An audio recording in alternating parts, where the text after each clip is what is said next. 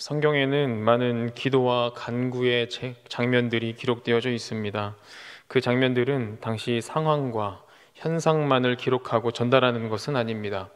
기도하는 사람, 간구하는 사람의 상황, 마음, 그리고 기도의 대상인 하나님과의 관계가 포함된 장면들이 기록되어져 있습니다. 출애굽을 한 이스라엘 공동체는 신광야를 떠나 르비딤에 도착하였습니다. 그리고 그곳에서 아말렉과 전쟁을 치르게 되었습니다. 여호수아는 아말렉과 전장에 가 있었고 모세는 손을 들어 기도하였습니다. 모세의 옆에는 아론과 훌이 함께 있었습니다. 그들은 간절히 함께 기도하였습니다.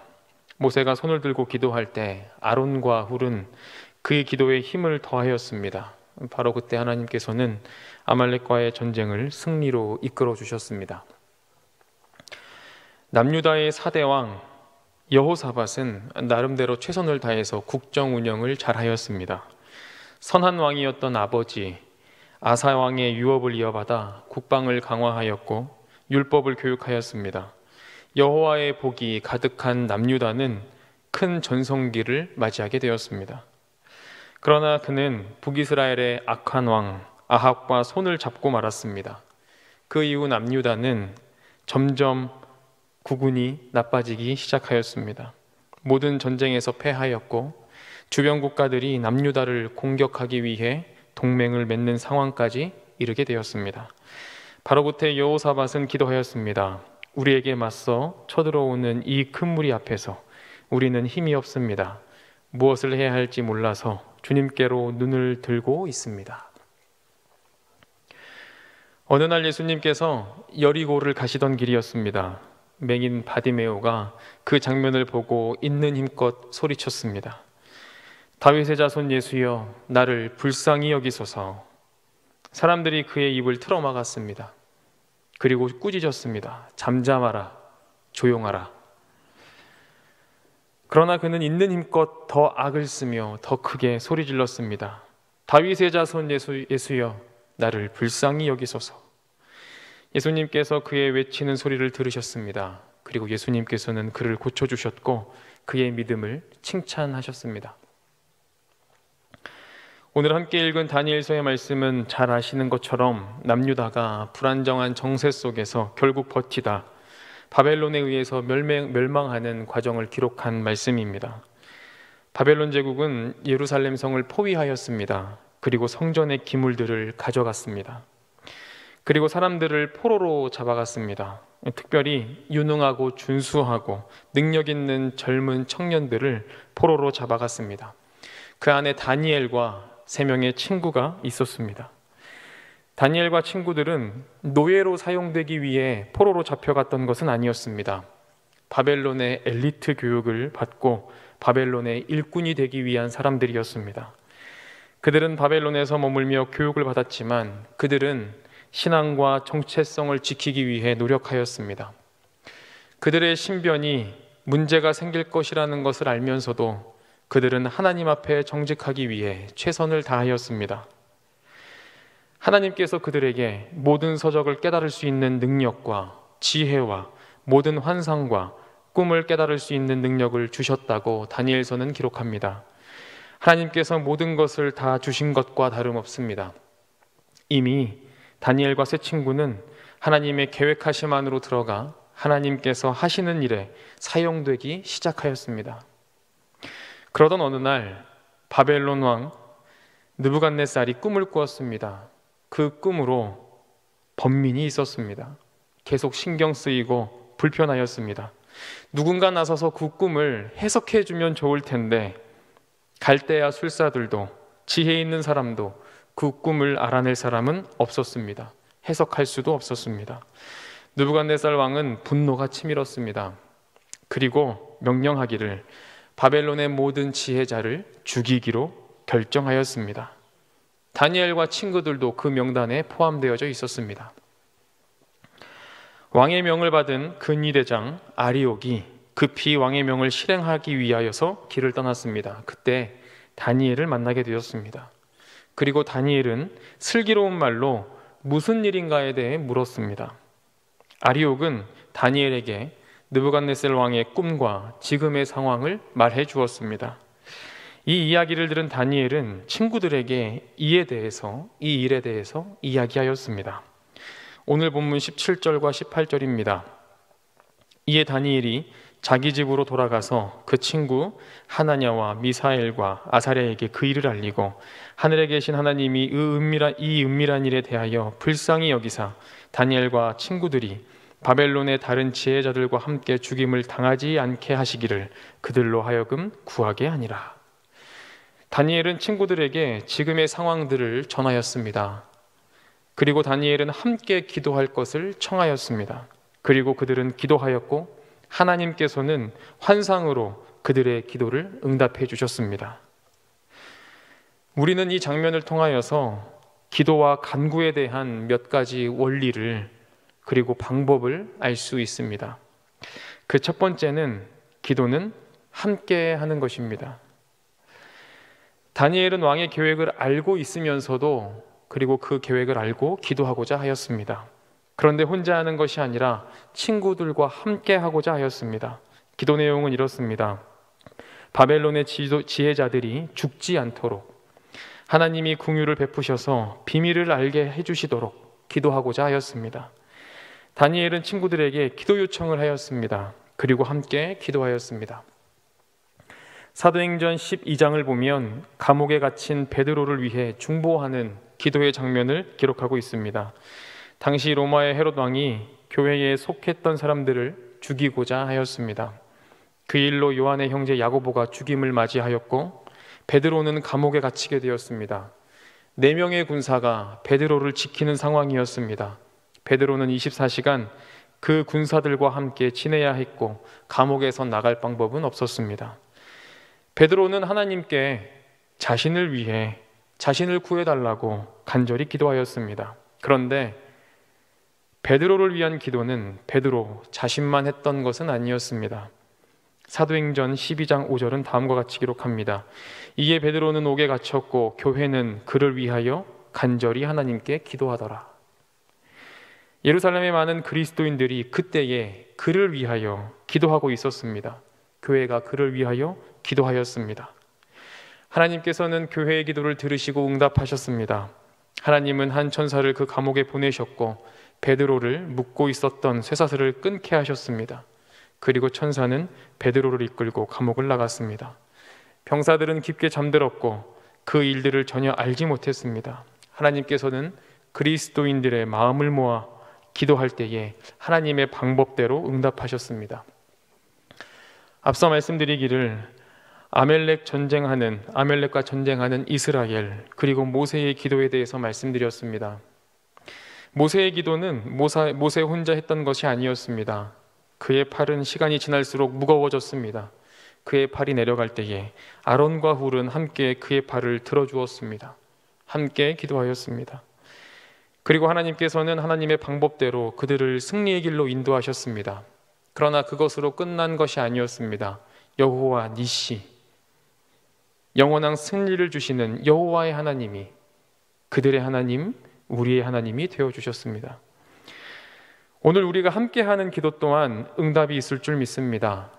하나님께서 귀히 들으시고 하나님의 때에 하나님의 섭리대로 하나님의 방법대로 이루어 주실 것을 믿습니다. 전도서 4장 12절은 이렇게 기록합니다. 한 사람이면 패하겠거니와 두 사람이면 맞설 수 있나니 세 겹줄은 쉽게 끊어지지 아니하느니라. 함께하는 기도에는 힘이 있습니다. 함께하는 기도에는 능력이 있습니다. 함께하는 기도에는 명확한 응답이 있습니다. 오늘 이 함께 기도하는 시간 담대함으로 기도하시기를 바랍니다. 우리 모두가 함께 기도하고 있음을 느끼며 힘을 내어 기도하시기를 바랍니다. 하나님께서는 이 자리를 주목하고 계시고 하나님의 때에 반드시 응답하실 것입니다. 기도에 대한 원리와 방법 그 두 번째는 나의 능력을 배제하고 기도해야 한다는 것입니다. 앞서 말씀드린 것처럼 다니엘과 친구들에게는 능력이 있었습니다. 하나님께서 모든 서적을 깨달을 수 있는 능력과 지혜와 모든 환상과 꿈을 깨달을 수 있는 능력을 주셨다고 말씀합니다. 모든 것을 다 주신 것과 다름이 없습니다. 이쯤 되면 자신의 능력으로 어떻게 해보겠다 생각하지 않겠습니까?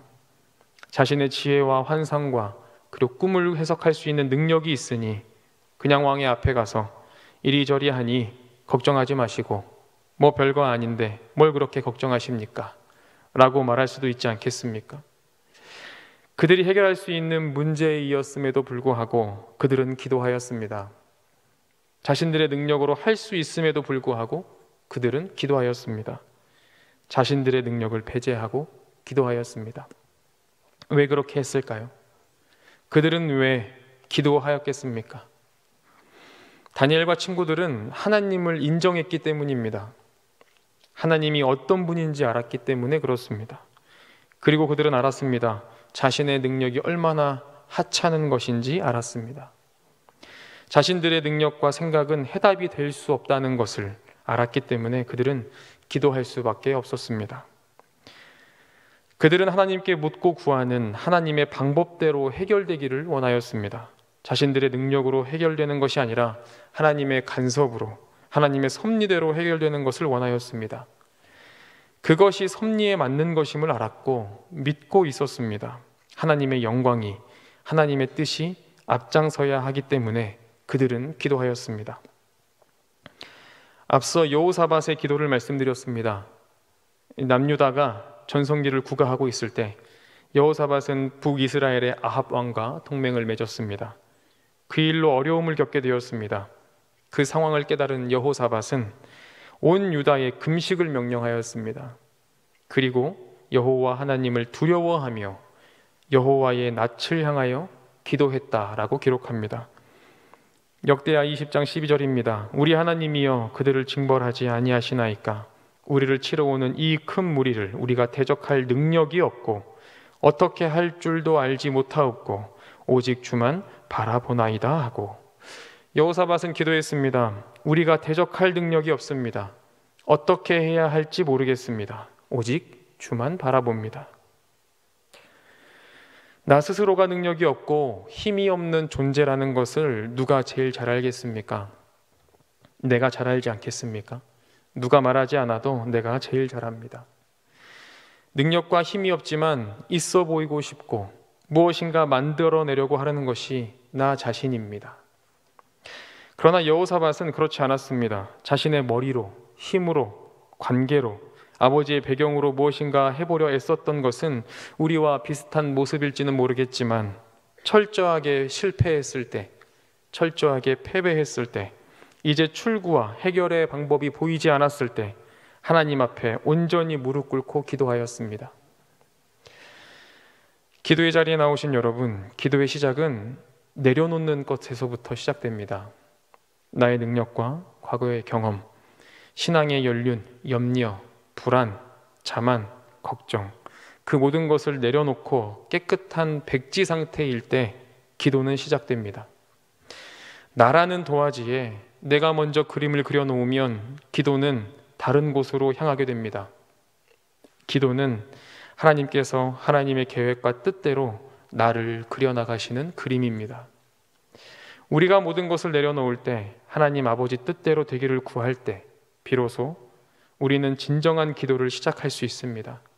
바로 그때 나라는 하나님의 그림이 시작됨을 기억하시기 바랍니다. 기도에 대한 원리와 방법, 마지막 세 번째입니다. 하나님의 긍휼을 구하며 기도해야 합니다. 오늘 말씀 18절을 다시 한 번 더 읽어드리겠습니다. 하늘에 계신 하나님이 이 은밀한 일에 대하여 불쌍히 여기사 다니엘과 친구들이 바벨론의 다른 지혜자들과 함께 중임당하지 않게 하시기를 그들로 하여금 구하게 하니라. 다니엘은 두 가지 기도를 요청하였습니다. 하나는 이 상황을 불쌍히 여겨 주시옵소서, 또 하나는 죽음에서 구하여 주시옵소서. 이 두 가지 기도를 부탁하였습니다. 우리가 기도하며 구해야 할 것은 하나님의 긍휼하심입니다. 하나님께서 우리를 불쌍히 여겨주시는 마음입니다. 그것을 구해야 합니다. 히브리어 원어로 불쌍히 여기다 라는 것은 외라하민이라고 합니다. 이 단어의 어근은 라함이라는 것인데 이 라함의 의미는 어머니의 자궁을 의미합니다. 즉 불쌍히 여긴다는 것은 10달 동안 아기를 품고 태중에서 아기와 교감하며 움직임을 느끼며 말하지 못할 해산의 고통으로 생명을 출산한 엄마가 그 아기를 바라보는 마음, 바로 그것이 불쌍히 여긴다라는 마음입니다. 그것이 바로 긍휼입니다. 앞서 말씀드린 예수님을 만난 바디메오 이야기가 우리에게 주는 교훈은 그가 눈을 뜨게 되어 보게 되었다라는 것에만 있지 않습니다. 마태복음 20장 31절입니다. 무리가 꾸짖어 잠잠하라 하되 더욱 소리질러 이르되 주여 우리를 불쌍히 여기소서 다윗의 자손이여 하는지라. 우리에게 주는 교훈은 여기에 있습니다. 더욱 소리질러 이르되 주여 우리를 불쌍히 여기소서. 어린아이는 혼자 잘 넘어집니다. 아기가 혼자 있다 넘어지면 소리내어 울기를 시작합니다. 꼭 참는 아이들도 있습니다. 그러다가 엄마가 놀라서 달려와 보이기 시작하면 아이들은 어떻습니까? 갑자기 울음소리가 더 커집니다. 대성통곡을 합니다. 왜 그렇습니까? 엄마가 오면 도움을 받을 수 있다는 것을 알기 때문에 그렇습니다. 엄마가 나를 불쌍히 여기고 나를 가엾게 생각한다는 것을 알기 때문에 그렇습니다. 엄마가 나를 사랑하고 나를 긍휼히 여기고 있다는 것을 알기 때문에 이전과 더 크게 우는 것입니다. 불쌍히 여겨주시옵소서라는 기도는 믿음으로 드리는 울음과 같습니다. 하나님 앞에서 울 수 있는 사람은 그에게 은혜가 임합니다. 귀신 들린 딸 때문에 예수님께 나와서 간절히 구했던 여인도 기도하였습니다. 나를 불쌍히 여기소서. 간질로 고생하는 아들을 둔 아버지도 예수님에게 나아와 간구하였습니다. 주여 내 아들을 불쌍히 여기소서. 나병에 걸려 가족과 사회로부터 격리되었던 나병 환자 10명도 목 놓아 간구하였습니다. 예수 선생님이여 우리를 불쌍히 여기소서. 우리는 무엇이 그들보다 나아서 모든 것이 뛰어나서 불쌍히 여겨달라는 간구를 하지 않는 것입니까? 우리가 얼마나 그들보다 능력이 뛰어나기에 겸손하지 않는 모습으로 하나님과 거래하듯이 당연하다는 듯이 우리의 원함과 계획을 열거하며 기도하는 것입니까? 다니엘은 기도하였습니다. 우리를 불쌍히 여기사 구하옵소서. 그들은 알았습니다. 여호와의 하나님은 긍휼의 하나님이라는 것을 알았습니다. 우리 하나님이 긍휼의 하나님이신데 더 소리 지르면 어떻고 더 크게 울면 어떻습니까? 불쌍히 여겨달라고 울며 애원하면 또 어떻습니까? 하나님께서 말씀하셨습니다. 예레미야 33장 3절입니다.